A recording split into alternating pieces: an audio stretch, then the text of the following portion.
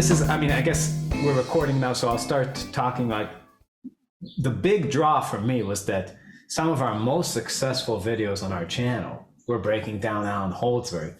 And as soon as I started reading your book, I'm like, oh shit, I did it wrong and I led everybody astray. You know?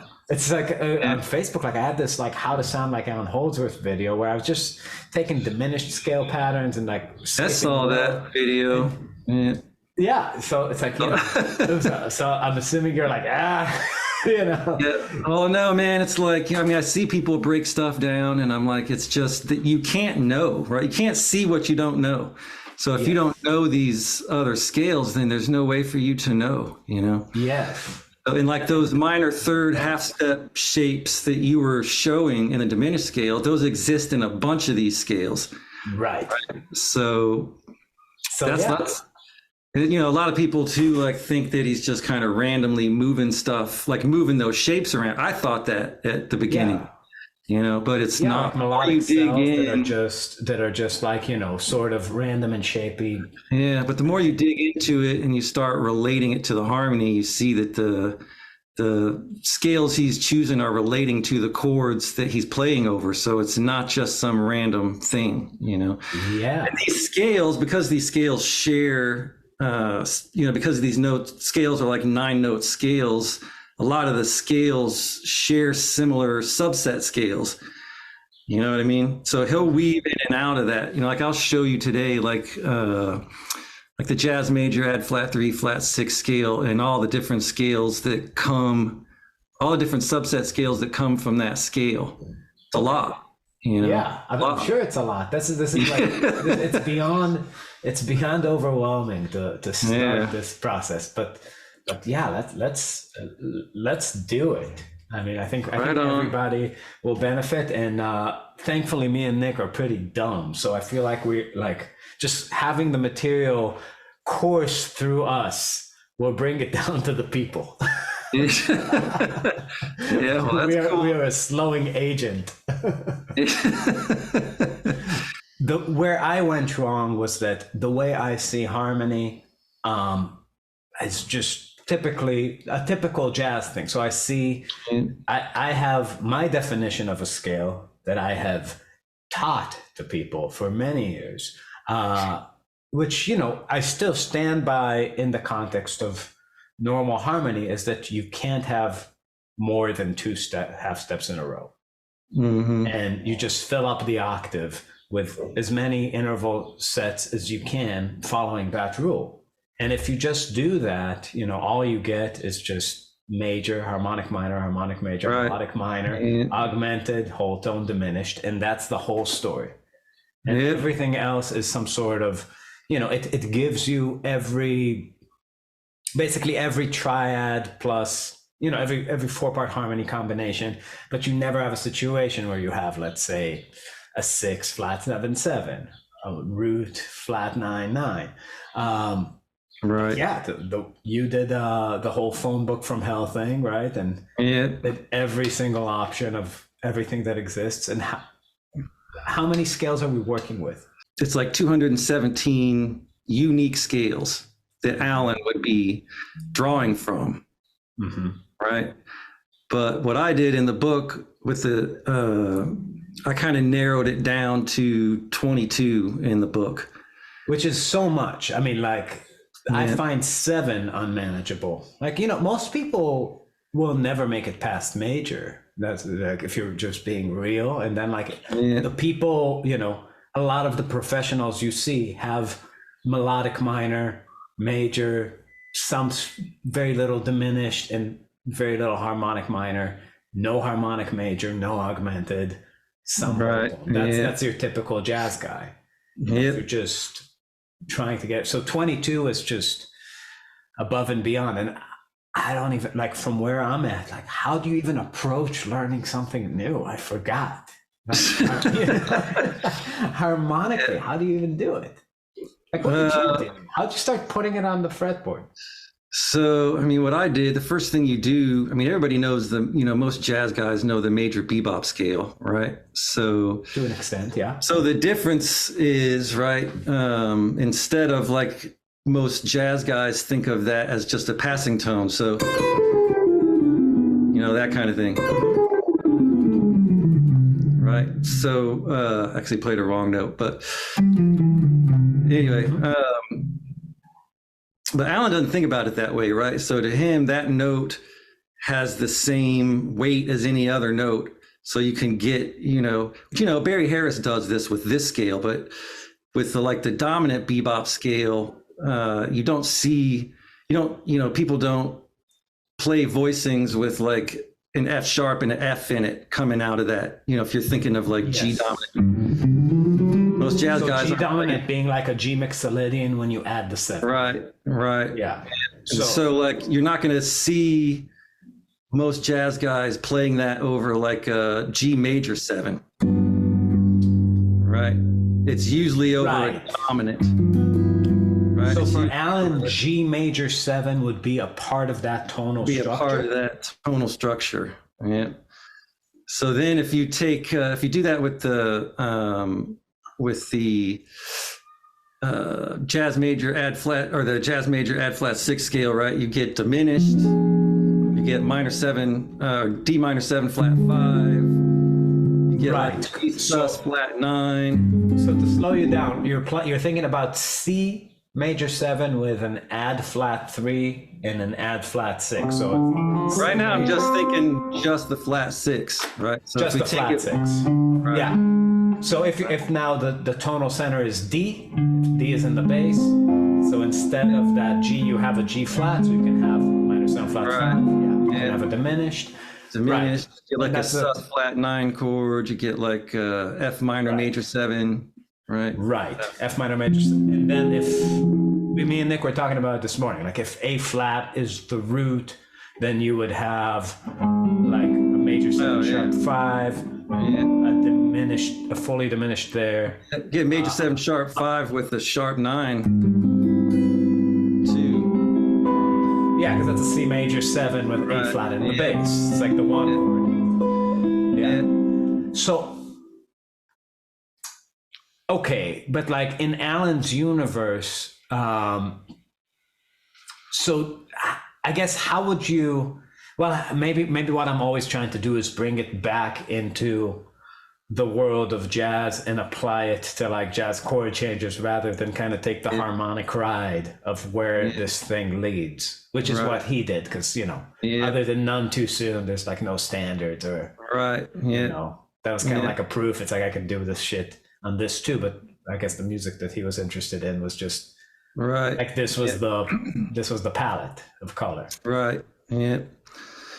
And, like a lot of these scales, like you'll see him move, like I think he used a lot of these scales as compositional tools, like the 9-note scales and everything, because like you'll see a lot of movements, like you'll see him, what seems like he's just moving a shape around,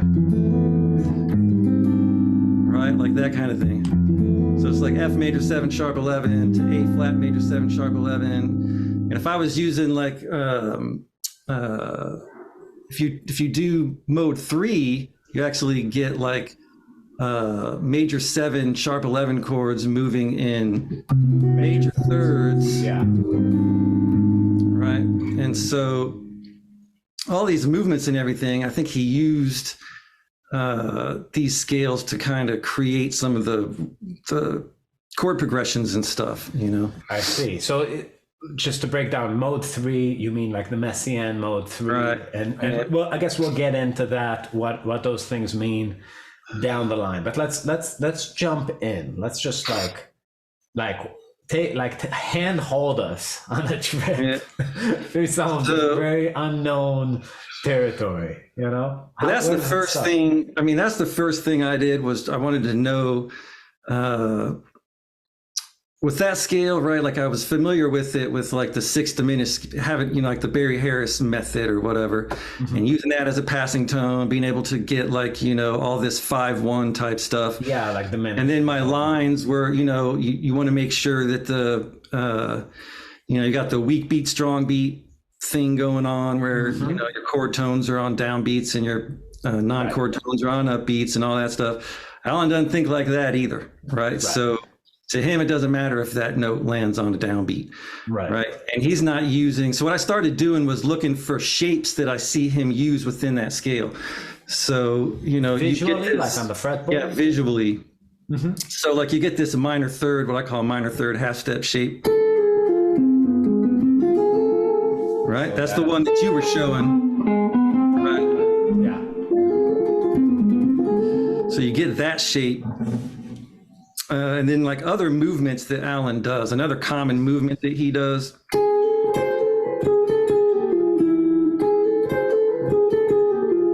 Like that kind of thing.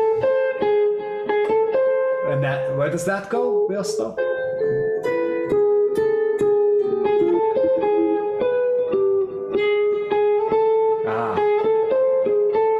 I still did not get to do that.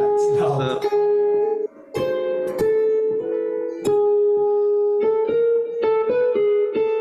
Yeah.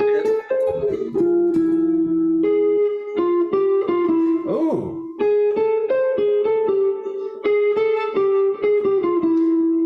This is what I was afraid of. We're going in, Nick. Yeah, we're just getting started. Yeah, I know. This is like the second thing. I was just like, wait a second, why the mechanics of that look odd? Okay, let's not get swallowed up in this. All right, so I started looking for more shapes like that too, right? So like this half step, whole step shape. Right, so that's shape stayed the same. Yeah. Right. Yeah. So okay. I started looking for that stuff like all over the place, and then just started trying to like play.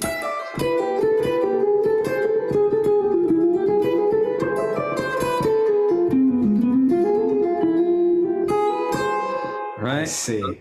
So I'm just seeing that scale. I know some shapes that Alan used. I know the scale. I can see the scale the way Alan does. Like I don't necessarily think the way Alan does all the time. I think different things at different times, but I have different ways, my own way of breaking things down. But Alan talks about, being able to see scales from the lowest to the highest note, right? So I spend a lot of time trying to do that, to where I can just see all the notes that are available, and then I can just, juggle the notes around like he talks about. Now this is interesting. I'm gonna tap out actually of like the trying to figure out in real time, and this is gonna be a part of our montage. So mental note, Nick. We're gonna have to go through it, but can you show us like a little bit of how you would maneuver it? I guess. Okay, here, question number one. When you say from the lowest note to the highest note, do you mean without duplicating notes, or like do you have so like if I just went like shape?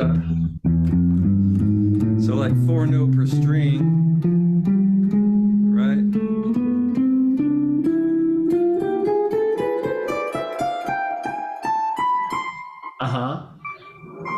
And I won't, like, I tried not to like memorize that shape. That wasn't something I had memorized. I'm just seeing the notes, and every time I do it, it might be different.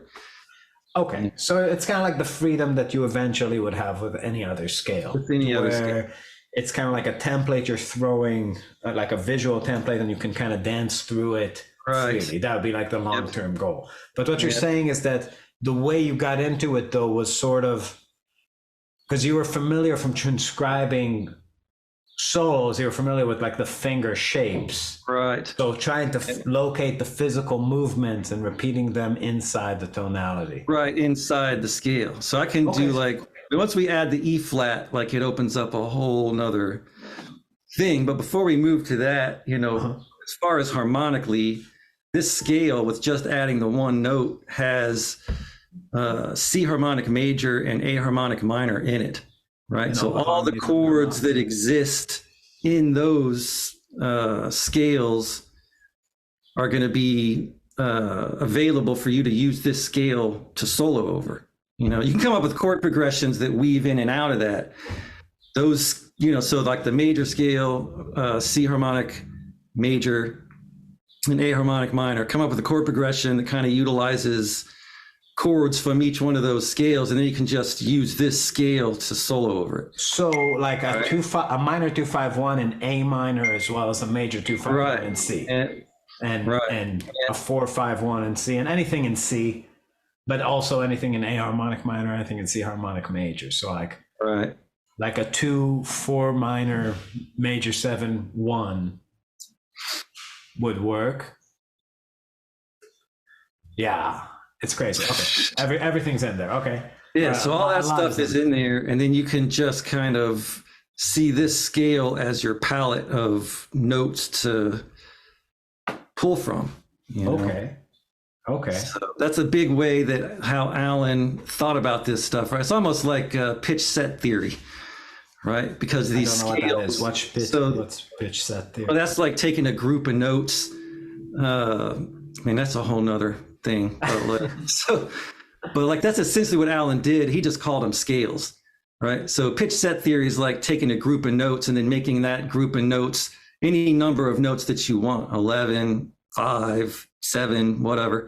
It can be, you can just pick random notes, and then that can be your that would be the notes that you draw from to compose or to solo or whatever. Right. Okay. So you just kind of eliminate, and that, yeah, I mean, that's kind of playing. So that's the same. Yeah. So it's, I mean, Alan's a very modal player, very linear, right? Things are very linear. He's not like a chord tone player like Scott Henderson, right? I was just talking to a student about this the other day, about the difference. Scott's the difference like a bebop player, an electric player. And he's just very chord tone driven, right? So you can really hear each chord change.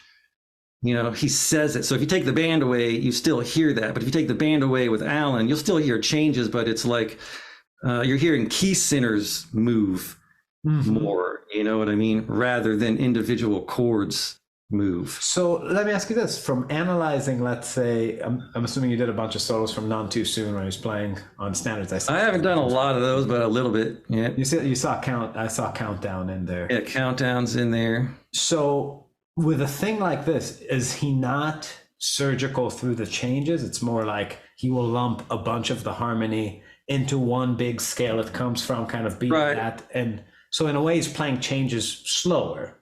So he's kind of like broadening, the palette. So like so with that tune, one of the things I did with that tune was the intro solo, right? So when I was first, and I put this in the book where I analyzed that solo in a jazz harmony kind of, approach. So that's like a whole chapter in the book, I think, where I break that solo down, just the intro solo, and you can see how some of the jazz language and stuff manifests itself, like digital patterns and stuff like that. But when you play that solo, you can tell Alan's not thinking that at all, right?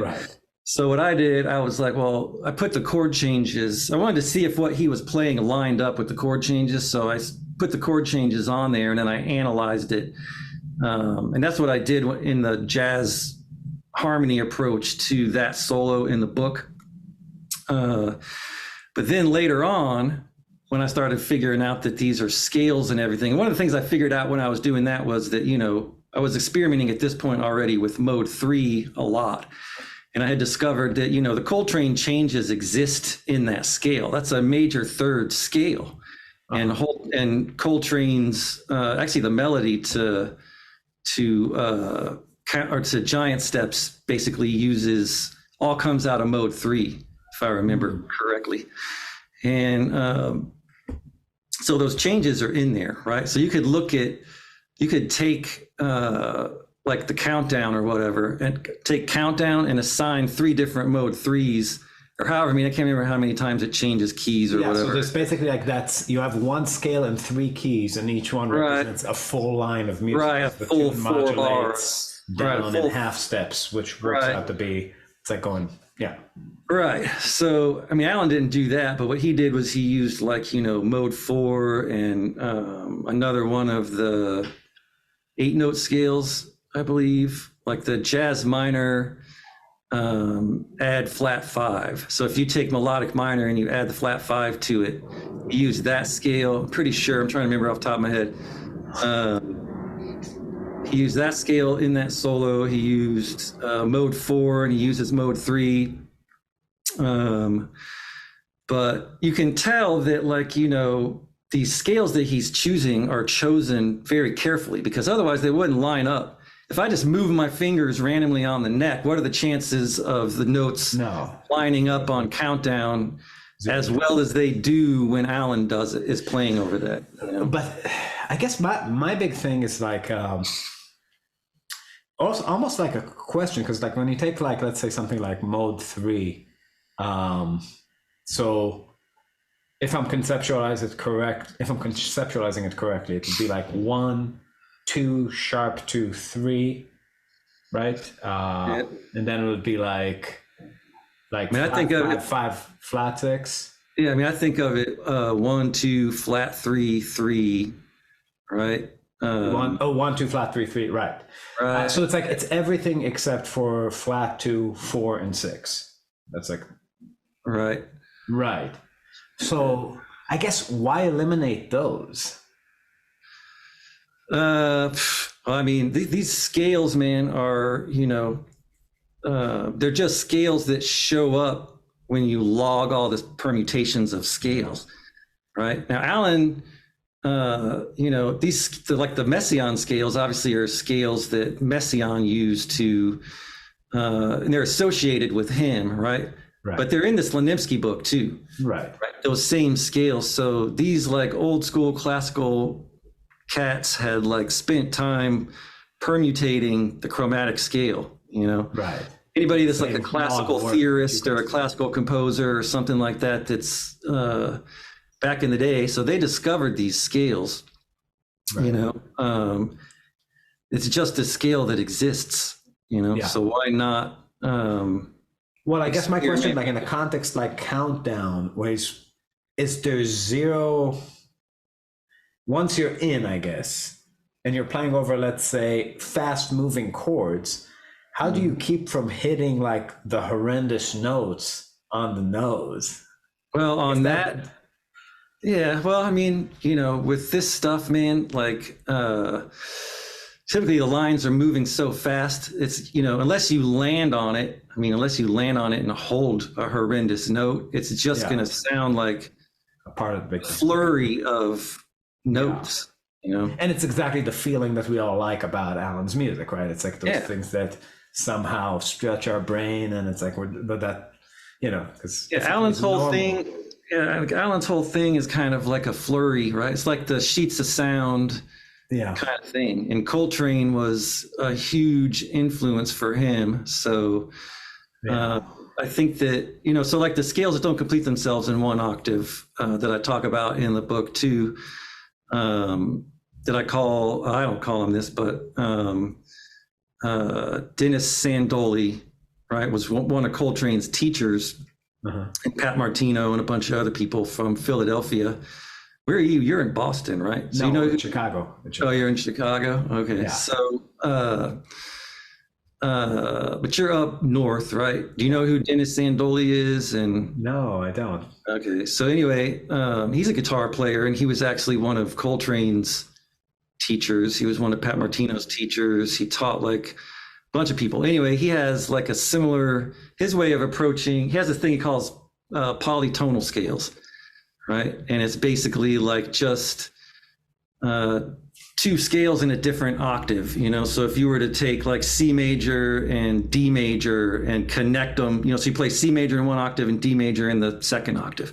I see. That's very similar to the way Alan approaches it, except for Alan didn't want the root to repeat at the octave. Whereas Dennis Sandoli might play C major into C minor, right? But Alan wouldn't do that. If Alan was doing that, he would play the C major all the way up to B, and then he would just skip the C and play D and start C minor on D, and then continue to play C minor in the second octave. Interesting. Okay.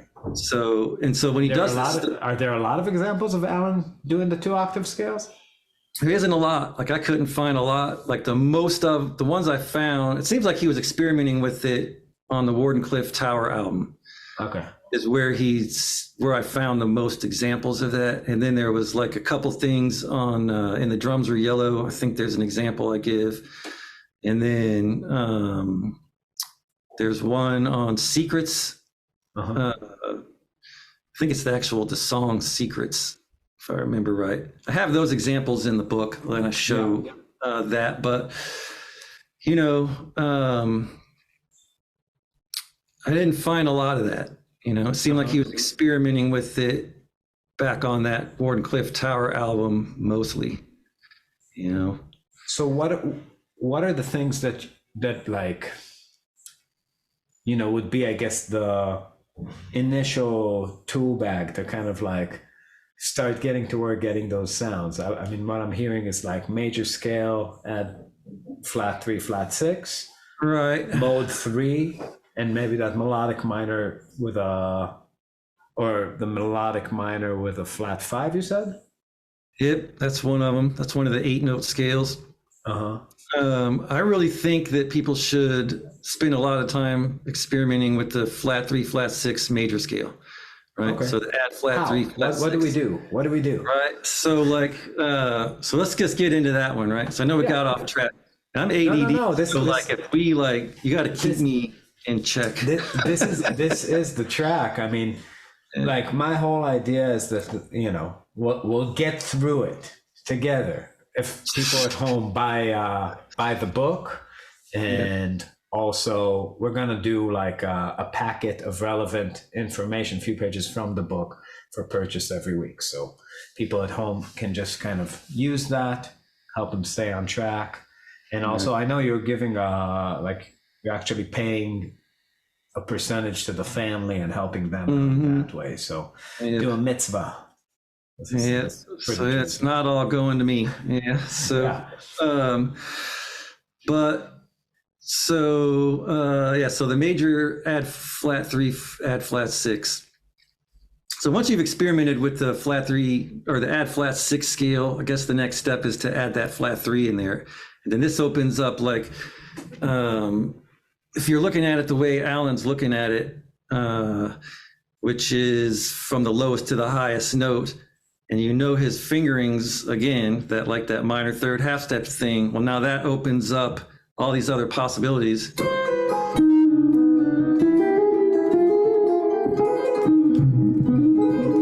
Right, so then you get like these movements that you'll see him do.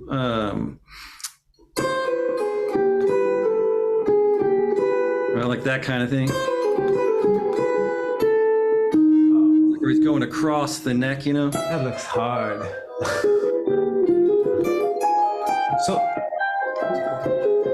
like that kind of thing, you know? Okay. So that first one, oh my God, I don't want to work. That's my problem. It's like, I want to listen to you. I don't want to learn anything. Okay, so that first pattern that was kind of like a sequence that sort of stays stationary with some... Like these are in the book. Like I put these movements in there, right? So they're all in there. So like, that's what I did. I started looking for that stuff, right? And I'm like, okay, hang on a minute, man. Like all this stuff that you've like, transcribed down and you know a bunch of these fingerings. Yeah, I've transcribed. I know a bunch of the fingerings and everything. Like the thing is, you know. Do you think that's important pre-knowledge? Like, is that the best route in?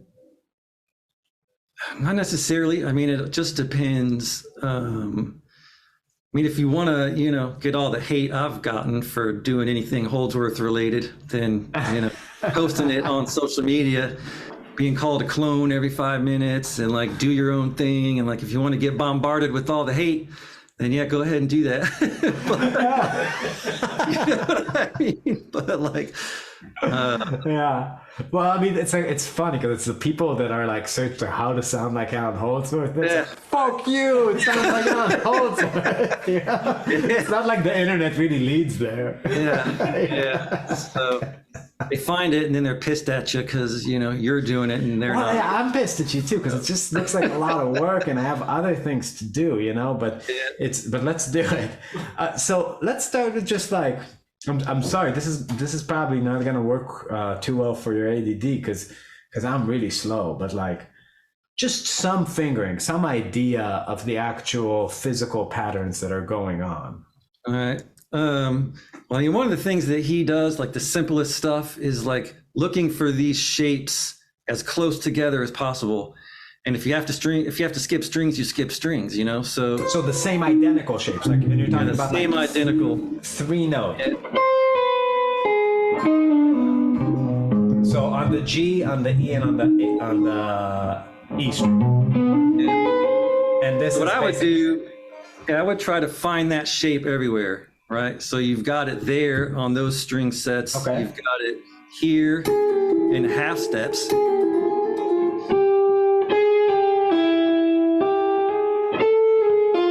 Okay. Right. How are you moving from one? You did something cool moving from one to the other. Oh, just. That Yeah. kind of- okay. And then you've got, you've got it here. God, I gotta take your word for it. Yeah. Oh my God! So it's not symmetric at all. So you have it here, there. Yeah. Oh my God, Nick! Do you feel like you're having a stroke too? And then you've got it.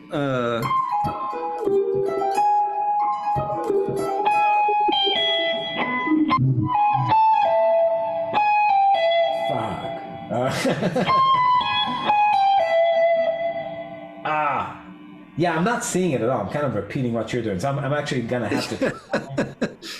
I mean, it takes like investigation. Yeah. So I'm adding. Okay, but maybe like a better. If I'm looking for that specific thing, it's only gonna happen because of the half steps I added.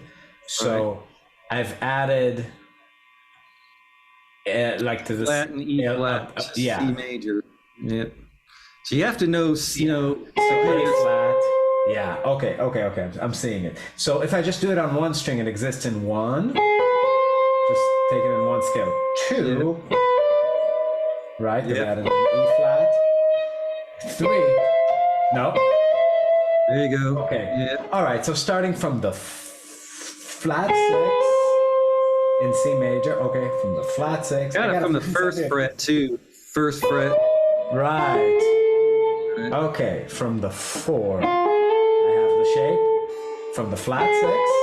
From the 7. From the 1. Not here, but here. Oh, that's it. So 1, 2, 3, 4 places. Yeah. Is that it? I hope so. Something like that. All right. So if I'm just working, if I'm thinking about it my way, so I know, what do we say? Flat 6, 4, flat 6, 7, and 1. So if I'm just thinking 7, 1, 4, flat 6, 7, 1, 4, flat 6. I think I have something that works for me.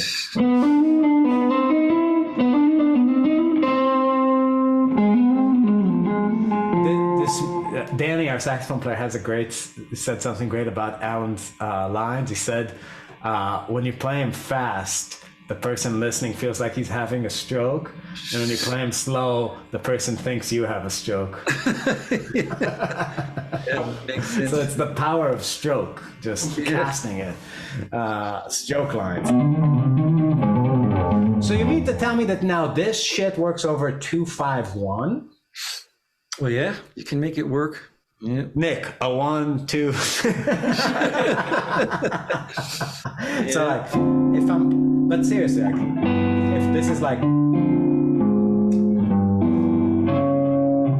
this is, so I'm now supposed to think.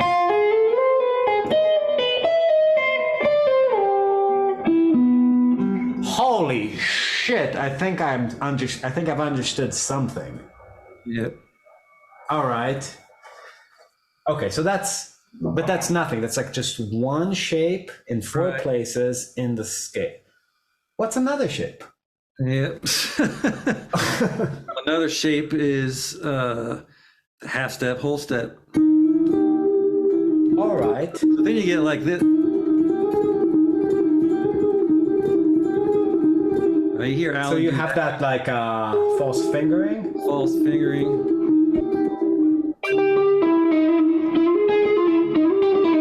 Where'd you take it? That was it. Ah, from one to the other. Yeah. All right. So, okay. So to slow it down, I need that mantra. Pa-da-da, pa-da-da-da-da. Okay, so the other shape. I'm sorry, we ate some weed before thinking that this is a good idea to go into the mystery, and it's actually making the mystery so much more mysterious. So, okay, we added A flat, so where do we have that shape? We have it from the Yep. 5th. Yep. And we have it from the 7th, Yep. and we have it from the flat 3. Yep. Do we have it anywhere else? Yes, we have it from the 3. Yep. So we got 4 of those and 4 of those. And they have to be next to each other, right? Yeah. Do they? So it's like they come in pairs. So you can get that kind of thing.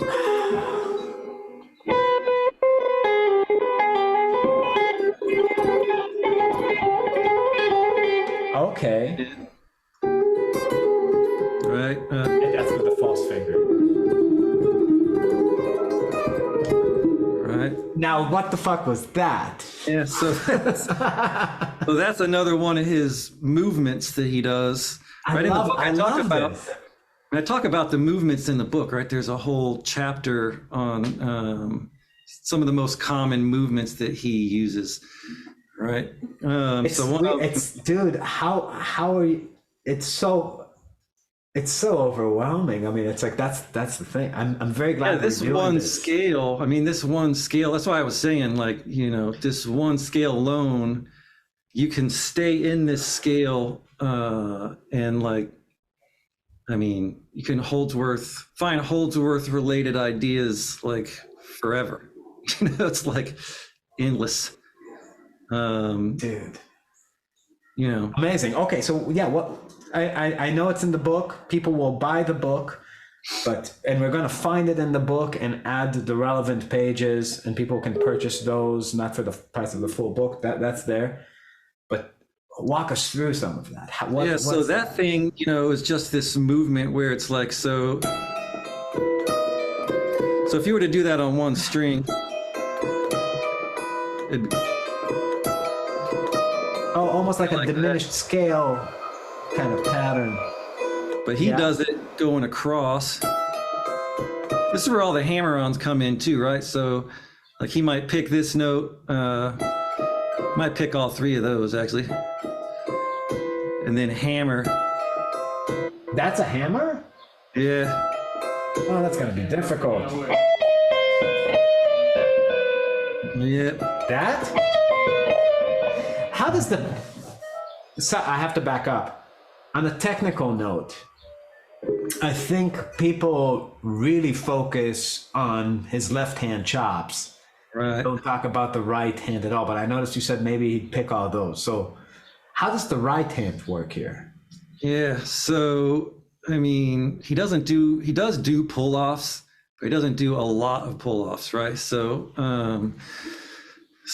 he might pick those 3 notes. He might do pull-offs there. It's going to depend on, I'd have to hear a particular lick or whatever, but like, me personally, I just pull those off. Like I'll pick the first note, hammer, pick, pull, hammer, pick, hammer, pick.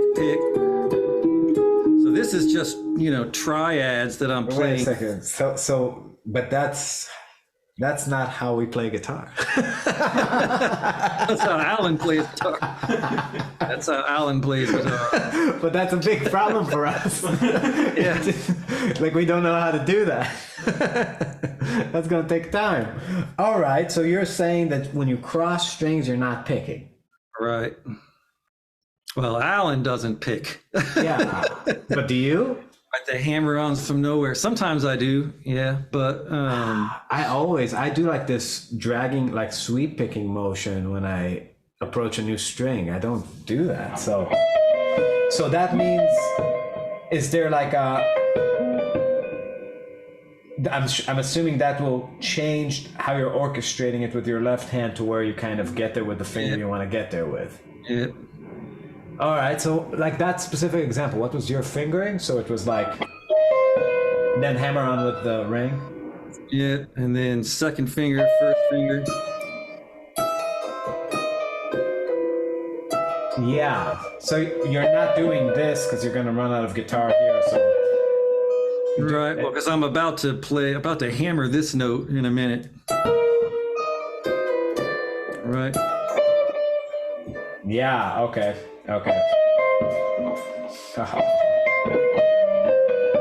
So that's the Yeah.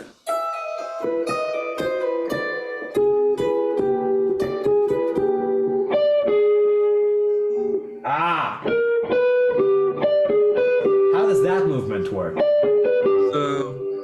So another movement Alan does a lot is the fourth, just moving like this kind of. I'm guessing that's picked. Yeah, that's picked. All of it's picked? So, that note was hammered down. Hammer. So you're going like down, up, down? He might actually go hammer, hammer on this note and then just pick those two. That's so counterintuitive. Okay.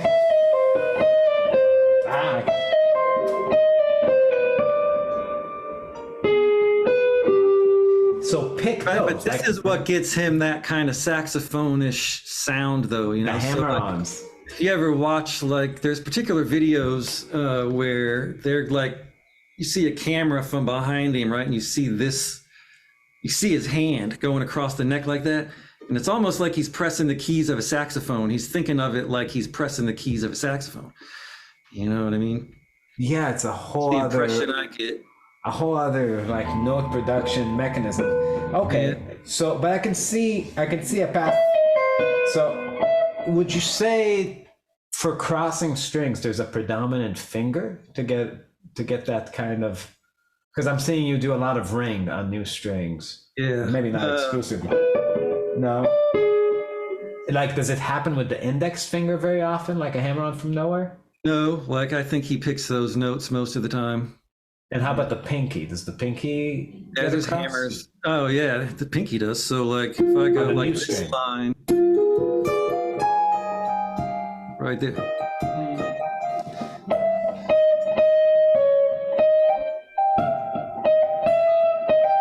Is that what you're doing? Right, so I'm using my second finger here. Yeah. So there's a line in hard hat area that he's modulating through more scales and stuff with that line, but I took the idea of that line and I just made it fit in this scale. Okay. Right? I want to see if I could make it fit in that scale. Right, that kind of thing.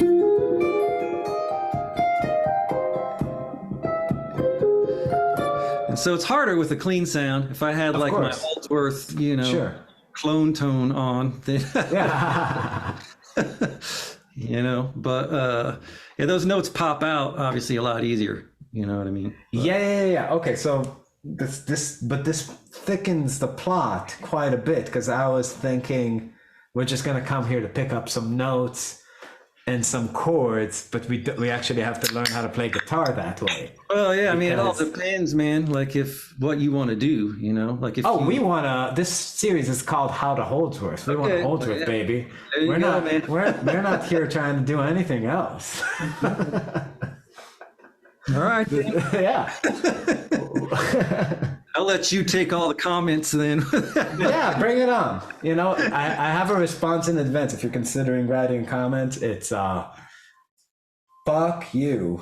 Do not watch this. If you don't, it's like, it's so crazy. It's like, it's a really, you know what I mean? Because it's like the big thing. He is like, he likes Holdsworth. It's like, yeah, dude. It's like you spent like 5 years writing like a book about this man's music. You know what I mean? I wonder if like this happens in other styles. I can't imagine in classical music. It's like fucking their orchestra sounds just like Beethoven. Yeah, well, you know, man. I mean, the analogy I always give is if you take like, you know, Michael Brecker and Branford Marsalis and George Garzone and like all those guys spent their life studying Coltrane. Right.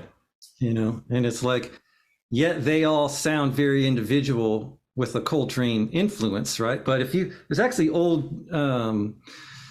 there's an old clip of Michael Brecker, like when he was, you know, I want to say 19 or something, and he was playing in like, oh man, one of the big bands or something up there, and you know, like Woody Herman, it wasn't Woody Herman, but I can't remember who it was. And he sounds like more like Coltrane than he does the Brecker we know today, because he was still developing, right?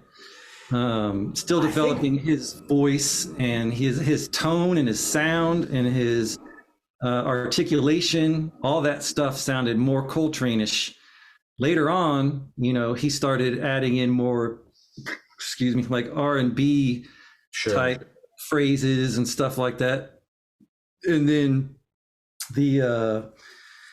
his lines became more articulated too. They weren't as like legato, just like more tonguing, right? Yeah. So he would seem to do more tonguing than Coltrane. And you know, all those guys spent, you know, Garzone talks about spending so much time trying to figure out what Coltrane was doing, and he ended up developing, you know, what he calls the triadic chromatic approach, right? Concept, which is his way of getting that Coltrane type harmony, right? That sound. And they all, each one of those guys, you know, if you take Jerry Bergonzi or whoever, they all have like, they came up with an approach that worked for them to get that kind of sound, but they're all chasing train, right? That's the thing. Yeah. I think also like the thing there's that's so different about Alan is that the theoretical approach is so radically different than everybody else. So for like, people don't have the ear to separate the material from the way he's navigating it. Right. Because he's sort of like the first guy there. He was also trying to come from a Coltrane thing. You know, he was trying to get a Coltrane. I mean, if you listen to The Drums Are Yellow, man, so I went through a phase in my, 30s, I guess, like, or late 20s, early 30s, where I was a jazz snob, right? Like, if it wasn't like, you know, upright bass with, you know, swinging drummer and saxophone and piano, or acoustic piano and all that, then I didn't want to hear it, right? So I was listening to like, you know, the Miles Davis and Coltrane from the 60s and 50s and all that kind of stuff, right? And, you know, because early on I was a shredder, right? I was on like Shrapnel Records and all that sort of stuff, and did all that. And what's his name? Something Psycho from Texas. That's my brother. Yeah, me and my brother play on that. You're on that album. Yeah, I'm on that album, and I remember that from the Guitar Player magazine. Oh yeah. That's funny. That brings, my teacher in Israel when I was growing up had like a room full of Guitar Player magazines. When you'd wait, you'd read them. I remember reading about you guys when I was like 14. Oh really? Yeah, man. All the way across the world.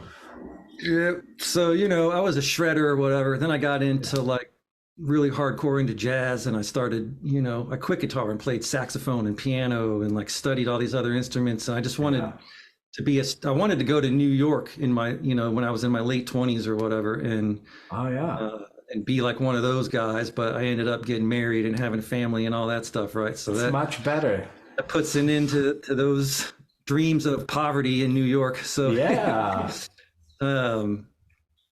Anyway, when I came back to Allen, like in early 2000, like when 16 Minute Tane came out, I'm hearing him from a completely different perspective now, because now I understand jazz harmony. I've played it, I've studied it, so I'm listening to like The Drums Were Yellow comes on, and I'm like, man, somebody actually got the Coltrane thing on guitar. That's the closest I've ever heard anybody play Coltrane on guitar. And that's one of the reasons that like that was the first solo I ever transcribed and wrote out, right, of Allen's, and tried to figure out like all the fingerings and all that sort of stuff, because of that, right? The problem was when I started to analyze it, I was analyzing it through the lens of somebody who's a straight ahead. Which is exactly what I did with all like I would only give names to the things that would fit that kind of vision, and then write off the rest of them to chance. Right. Yeah. Like, so, but the thing is like, like I could see all the triads. I'm like, oh man, here's an augmented triad, here's a diminished triad, here's a minor triad or whatever, 3 note per string or whatever. And then, but then I'm like, I would see these shapes, like the minor third half step shape and like the half step minor third shape. And I'd see all that stuff. And I'd just be like, if I get rid of this half step, whatever the phrase is, I can make it like whatever scale. So like I started thinking, this just isn't the way that you typically would play a passing tone, right? Like with these, you wouldn't be thinking. No, you would not. You know what I mean? Even if that note works out to be that in the scale, you would tuck it in physically. Right. Yeah. You're going to be thinking of a scale that has that shape in it. And so it's like when I started messing around with mode 3 a lot is where I found that shape. I found so much stuff that is like probably his favorite scale. We are going to stay inside bebop scale, add flat 3. And we're gonna keep talking about it, damn it. So okay, all right, to bring us back, so my thing that sent us off a rampage, for like on a rant this time was that I got greedy and I wanted to know about these sort of descending shapes on the guitar, and then we went into the whole rabbit hole of the technique that we don't have. Okay, but let's recap, because I want to figure out something that's manageable for us to learn in a week, which is Nick's fucking lazy. No, I'm kidding. No, we're gonna work hard. So we have the 2 shapes. We have the minor third half step and the half step minor third. We're gonna do that. What other shapes in this scale should we make ourselves see? Right. So like I would say the half step, whole step shape. And okay. And then when you add the E flat, you also get the whole step, half step shape.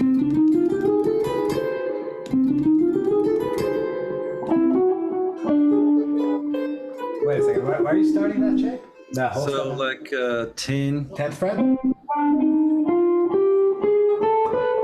Oh, I see. Yeah. All right. And that happens only in one area of the, because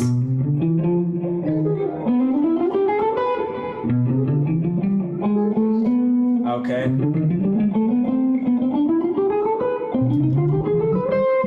Right, so you'll get that stuff up here too, in different places, right? But so like if you play these scales 3 note per string, that's another thing I guess that you should probably experiment with, because you'll start to kind of, because it takes you across the neck, right? So like I'm supposed to do it like in sequence, 3 note per string. Yes, that's what I'm doing, right? So I'm just gonna okay.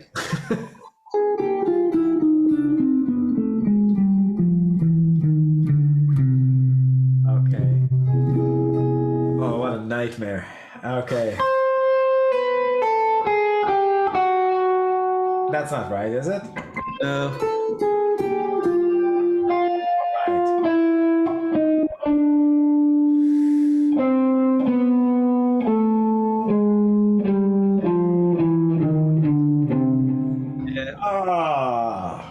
Okay. So you're not trying to memorize, or you're trying to see it. You're not trying to memorize the shape. Yeah, I'm trying to see it.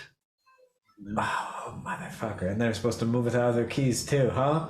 How's that even gonna work?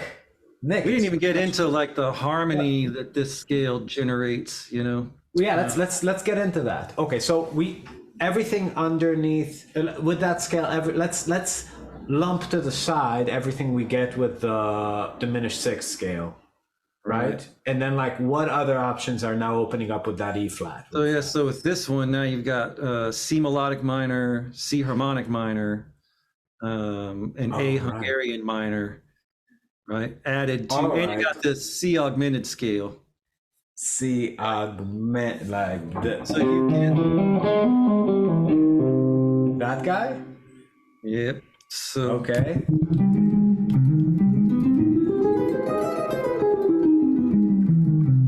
Now, okay, so C melodic minor, all the chords that come out of it.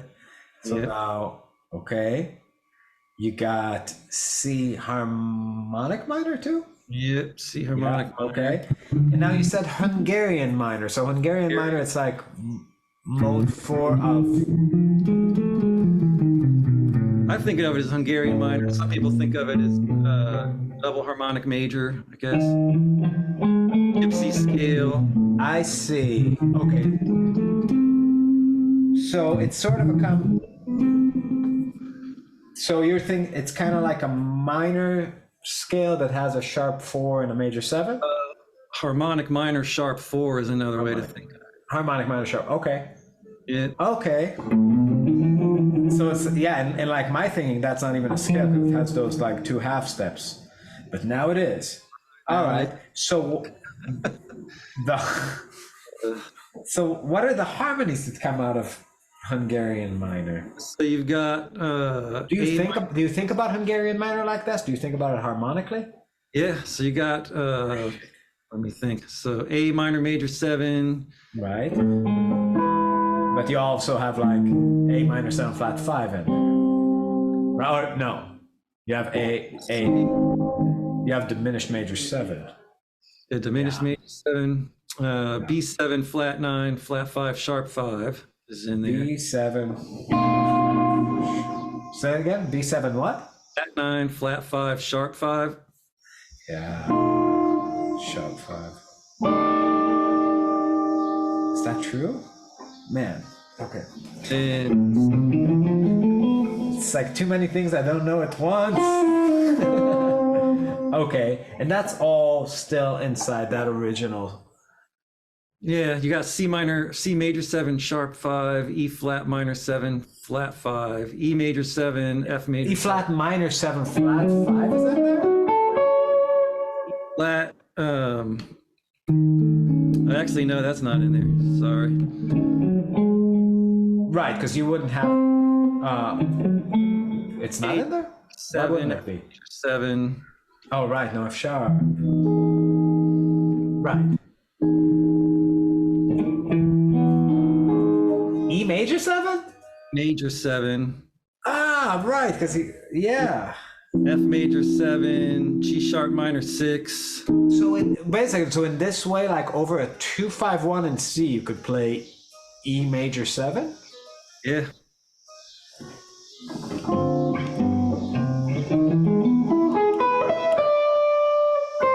Okay. All right. I see that. All right. So yeah, that's that scale's pretty nuts. Yeah, well, it's making all these 9-note scales basically make it into like this intersection of all this harmony that was completely unrelated before. That's a way, I don't know that Alan thought about that kind of stuff that much. I know he did a little bit because I know on one of his charts, the chart for 16-minute no for on Tokyo Dream there was a chart floating around that Alan made, and he had the major bebop scale and the 3 scales that we talked about as subsets. He had all of those symbols on the chart. So I know he thought about subsets a little bit. I don't know that he is necessarily as anal as I am, but I want to find everything. Yeah.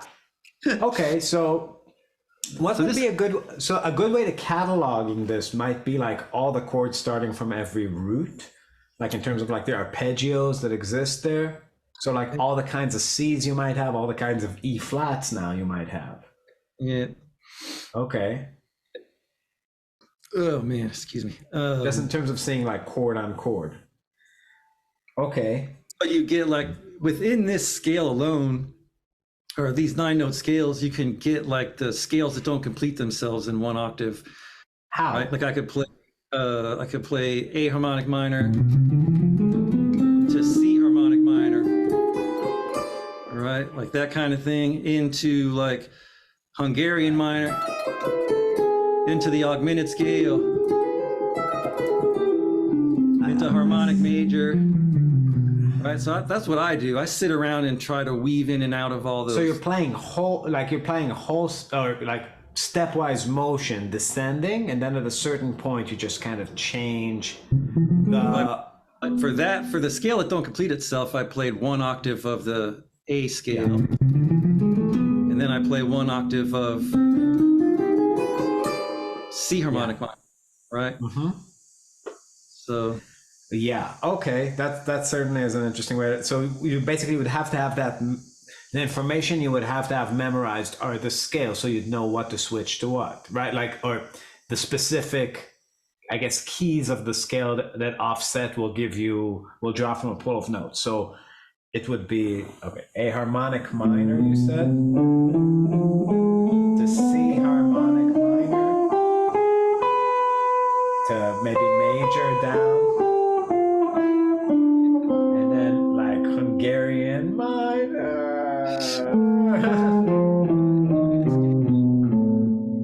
yeah, And C harmonic major, to A harmonic minor, to C harmonic minor. All right. yeah. And you would, now here's the thing, when you practice this kind of stuff, is there, like, how strong is the ear training element in this? Like, I would say that like when you're playing simple swing tunes, there's a sort of humming logic that takes over when you're playing like a standard. You kind of like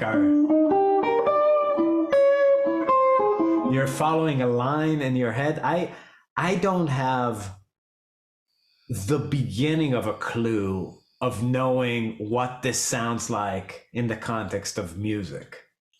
Yeah, I mean, you have to experiment with it, you know. So but like for you, like when you hear Alan, I know it's moving fast, but like let's say it's a solo you didn't transcribe and you're listening to it. Do you have a pretty good ear for what specific scale structure is being employed against that specific chord voicing as it's happening at this point? I can tell certain movements that he's playing, and I can tell, I can hear scales, right? I can hear mode 3 like pretty easily if he's playing it or somebody's playing it. I mean, the more time you spend with these scales, the more they get into your, ear or your subconscious or whatever, what that sound is. Just like when you hear Lydian, Lydian when you hear It's so much easier to believe he's lying. You know what I mean? It's just like my brain is telling me not to believe you, that it's possible because I don't hear it so much, but I do believe you. I'll tell you, like, the whole thing is, man, is I hear Alan completely different than I used to hear him. Like understanding the scales and experimenting with them and understanding the sounds and the approach that, you know, I believe he uses, it makes you hear him in a completely different way. You hear the compositions in a completely different way. You hear the harmonies in a completely different way. They all make much more sense, right? I get it. It's like Darwinism. You're like that giraffe that like leaned to the tree until your neck grew longer. You know what I mean? See the fruit? Yeah, because it's right there. It's just like, you know, it's just like you have to. Yeah, it's sort of like, you know, you evolve your hearing to that thing, and now all of a sudden you're in this different kind of place. Because for me, like from an, it's not even that it all sounds the same to me. It's just that I don't have.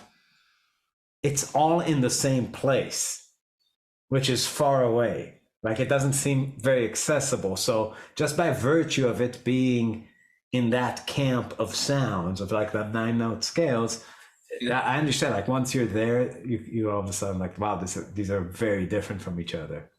I mean, I understand conceptually. We'll see if we get there. Yeah, I mean, they're different, man. They're complete worlds, you know.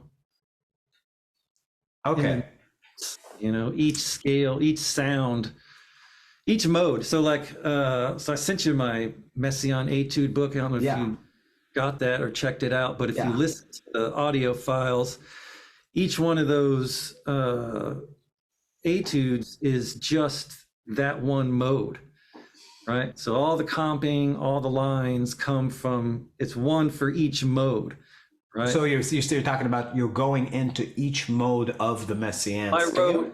I wrote an etude, or like a little mini composition that utilizes just, you know, C mode 3, whole tone, C mode 4, C mode 5, C mode 6, C mode 7. I did one for, I think I did 2 for mode 3 in there. And then I do one where I mixed mode 3 and mode 4 together and created a line that weaves in and out of the two scales, right? But if you listen to those etudes, each one of those, to me, sound completely different, you know? Mm-hmm. Yeah, and so the thing that's a real brain fuck for me is not thinking modally with these scales. So like you're sort of like, let's say if you take mode 3, just because it's a little bit harder to understand visually than adding stuff to a major scale, you're always in a way thinking about the starting point of it conceptually being like the whole step, half step, right? I mean, I just see things in the scale, right? So there's no starting point, really. Not really. I mean, it's just, to me, it's just the group of notes, right? Yeah. I just see these floating in space. Right, floating in space. Yeah. And then like, what I'll do is I'll try to find the basic chords, like, you know, major 7 chords and major triads, minor triads, find all that stuff. And then I'll try to find like different, like the voicings, right? Yeah. And I think that this is exactly what people are going to have the most confusion about. But you said it in the very beginning, like you have located each one of these modes separately in your version of a phone book from hell, just the permutations of the chromatic, and you've folded the 3 of them into something you called mode 3, and it's just those. Oh wait, say that again. I'm saying that you have like found the formulas for that mode 3 starting from every note of it, like all the actual modes inside mode 3. Right. Yes. Yeah. So and to you, they're all folded into one. And the parent scale, the way you write it down is arbitrary, right? You chose to write it down starting on mode 3. Is the, you know, this shape. So it's like 3 minor triads. Yeah.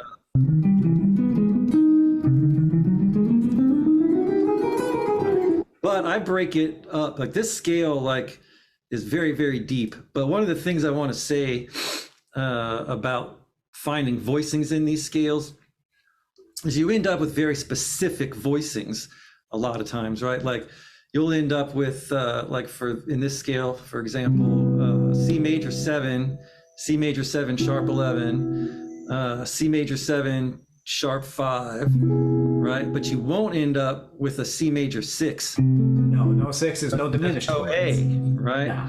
So you end up with very specific voicings, you know. And then the other thing that I do with these scales is I try to find structures and then walk the structures, which I did in the book. There's for each mode, I took a bunch of different structures and I walked them through each scale, each of the 7 modes. Right. You know, some of them aren't the greatest sounding voicing. So Like structures, you mean you take a specific chord thing and you just move it stepwise through the mode, scale. each voice. Right, each voice. And then, you know, and you start to find, you know, like one thing for this like jazz major add flat 3 flat 6 scale that you would never think to do, or that I would never think to do, is to play like an E flat major with E in the bass.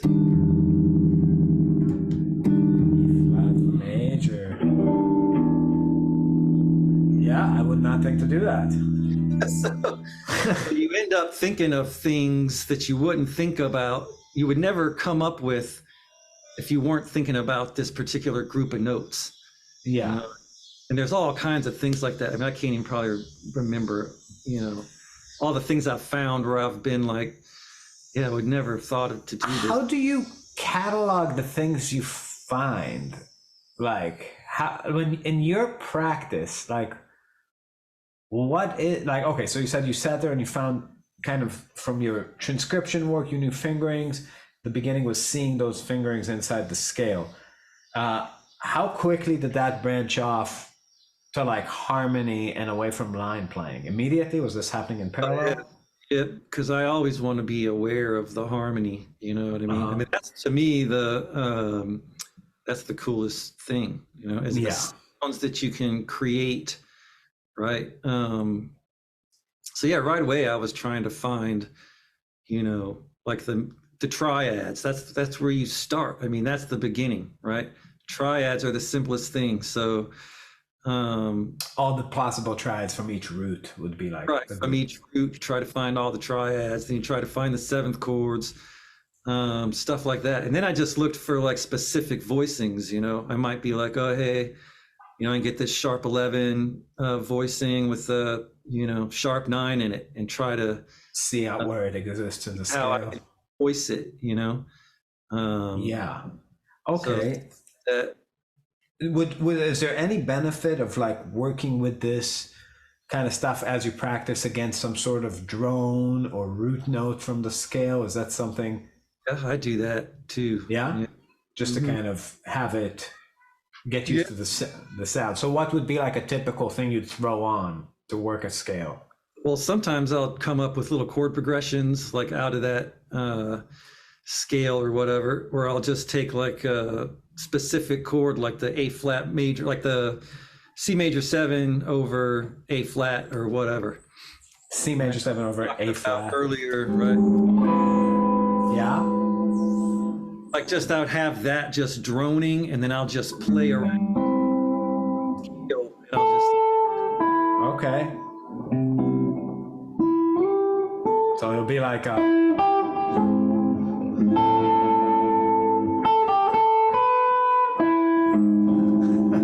That's gonna be our theme song.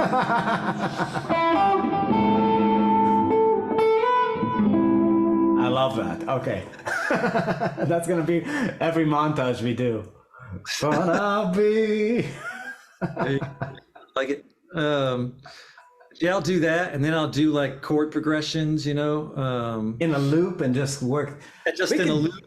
We can do this. Huh? Do you feel inspired, Nick? Oh yeah. Really? Okay. All right. Okay, so this is what we're gonna do. We're gonna start taking exactly that. So our homework, I'm recapping, I'm giving us assignments, and we're gonna make separate content as we fumble our way through this stuff like fools. So we need to see the half step minor third shape, the whole step minor, or the minor third half step shape. Then we need to figure out how to do 3 notes per string through this material. We need those symmetric things with the half step, whole step, half step. We need 2 octave scales kind of switching between all the stuff that's there. And we need triads and 4-part harmony starting from every root. And we need to do this against some and very ethereal sounding harmonies coming out of that. Yep. A good start. My God, man, this is brutal. Yeah. This is brutal. Most people will not do this. Fun, man. To me, that's fun. You know, this is a Saturday. I know, but but you know, I mean, have you always been like that with practice? How does that work with having like a woman that you're married to? Yeah, I mean, she's pretty understanding, so I'm lucky. That's good. Like, do you ever like go to her and the kids be like, check this out, or just? Oh no, they don't care. Anything. Yeah, I have that too, and I have like, you know, I've like my wife won't care about like Lydian. Yeah. So this is like a whole other level. You know, I mean, yeah, when I was transcribing all this stuff, you know, slowing it down and everything, you know, they had to hear all that, like all these weird sounds coming out of this room. You know, so, pretty understanding. That's amazing. Shit. Well, this is a really horrible feeling, deeply, like not knowing so much. You know, I'm just being honest. Like, I don't know what it's like. I feel like there's something like there's a hole in the middle of my chest when I try to look down and like find these fingerings. So we also are gonna have to work out some technical shit. We gotta make you whole. Yeah, we're losers. We've wasted our lives. I'm almost 40, man. I can't restart right now. Yeah, what's this we? Oh man. Oh yeah, you're young, right? Nick's gonna be a star. Anyway, we're gonna make Nick into fucking Holdsworth by next week, is what I'm trying to say. Yeah. You know that he has a Holdsworth guitar, and we were both too embarrassed to play it. I have 3 of them, and I'm using my Strat on here. Yeah, it's like the internet just makes you so scared of these people. Yep. Yeah. All right. So again, I want to say thank you to you, and I want to say a sincere go fuck yourself to everybody who's like gonna be like, you're gonna sound just like Holdsworth, like I mean it. It's coming from someplace real, you know. Just like, please write it so we can get into it, is what I'm asking. And this is awesome. We're gonna be Holdsworth in no time. Are you ready to Holdsworth? Yeah. All right. We're happy to be in the mystery. Thank you so much for doing this, and we'll see you next week. All right, man. Appreciate it. Yeah, we appreciate it.